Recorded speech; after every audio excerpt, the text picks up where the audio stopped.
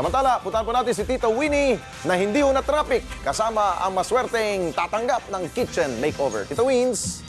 Ay nako, Alex, nandito ako sa Cebu.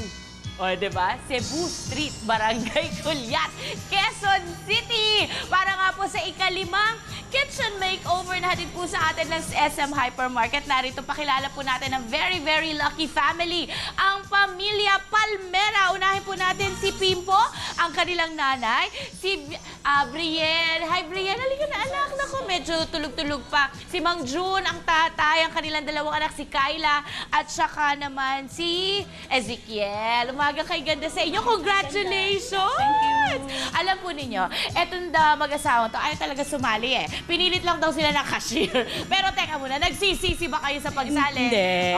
So, oo naman, ano? Oo, syempre po. Grabe. Pipo, ano bang specialty mo sa pagluluto? Yung sisig confarme. Oo nga, alam mo meron daw silang inimbento. Sayang, hindi nakapagluto kasi wala silang kusina. Okay, sige. Siguro, excited na ba kayo? Opo. Excited na June, ha? O, so, naramdaman ko rin. Pawis na pawis ka. O, bigyan nga ng tissue ito. Alamin po natin kung ano ang mga pagbabagong nagawa sa kanilang kusina maya-maya lamang sa aking pagbabalik. Kasama na ang ating mga kaibigan mula po dito sa SM Hypermarket Plus, ang ating kitchen designers. Dito lamang yan sa numero 1 panggising na bayan, ang Umagang Kay Ganda. Narito ang muling bugso ng mga balitang hatid nila Anthony at Bernadette. Sa ulo ng mga balita. Ang mga bet na videos ni Becky Mon dito lamang sa YouTube. Samantala, balikan naman natin si Tita Winnie sa ating kitchen makeover. Salamat sa'yo, Becky. Ayan, ako, abangan niyo po ang mga tawag dito, mga chosen videos niya sa YouTube soon. Samantala, narito naman po tayo sa bahay ng mga Palmera at papakita na natin sa kanila ang kanilang bagong kitchen para sa ating kitchen makeover. Pero bago yan, eto muna si Bianca Nuevo ang nag-design ng kanilang kitchen. Bianca, nung nag-unang ka nagpunta dito, ano ba napansin mo sa kanilang kitchen? Actually po, Ate Winnie, napansin ko na medyo madilim yung kanilang kitchen. Okay. Yung kanilang bintana nakatakip po ng mga shelves. Tapos marami po silang gamit, so dumidilim yung lugar.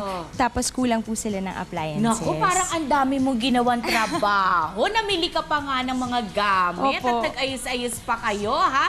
Well, this is the time na makikita na po ng pamilya Palmera. Halika, Bianca, ang kanilang bagong kitchen. Narito sila sa likuran at nag-iintay. Hello po! Pasok na! Ay, eto na ang inyong bagong kitchen! Surprise! Wow! Alika, Bianca, habang ninanamnam nila ang kanilang bagong kitchen, ano bang ginawa mo mga changes? Actually po, yung una kong ginawa is pinalaki ko po yung bintana. Tinanggal ko yung current na shelves na nakalagay doon para lumiwanag yung lugar. Pininturahan ko po ng bright na color para mas maliwanag. Yung mga cabinets, ginawa ko na pong puti. Tapos lahat po ng mga appliances, sinigurado kong kompleto po Ano sila. ba mga appliances na idinagdag mo ni... Ay, may bago silang gas range. Ayan. Merong rice cooker. May microwave oven ba ito?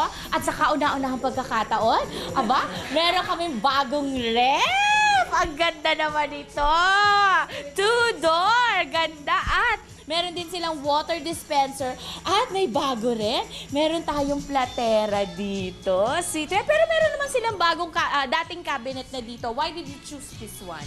Well, yung dati po kasi nilang cabinet masyadong mataas, tas very obtrusive. So, ang ginawa ko, I wanted to put a cabinet na may glass para at least maliwanag, hindi siya yung parang puro wood lang. At may bagong dining table. Aminin. Okay. A family. Ano masasabi ninyo? People.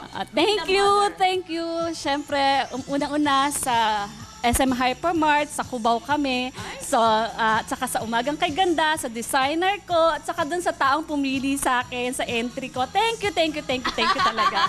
Maraming salamat. And Vic, ang layo mo naman, eto ho talaga yung pumili sa inyo. Biglang ganyan. You're welcome. Vic, Good morning. Vic, may bago daw kayong branch. Bukas, yung mga Batanggenyo, magkikita-kita kami. Meron kami sa Balagtas, sa Batangas City, bagong SM Hypermarket doon. So, see you tomorrow. And meron ba tayong maaasahan mula sa hypermarket soon? Eh, ang saya-saya gumawa ng ganito. No? So sigurado next year magkakaroon na naman tayo. Abangan nyo lang dun sa Facebook namin, SM Hypermarket, tsaka yung website namin, smhypermarket.com. Ayan. Maraming salamat, Vic. Thank you, Bianca. Thank you, Ian. At sa lahat po, asan ang family dito? Ano kayo? Pasok kayo dito! Naku, Mas excited. ang sarap ng sopas. Grabe! Ayan! Kompleto! Kompleto ang buong pamilya sa ating SM Hypermarket Kitchen Makeover. Dito lamang yan sa Umagang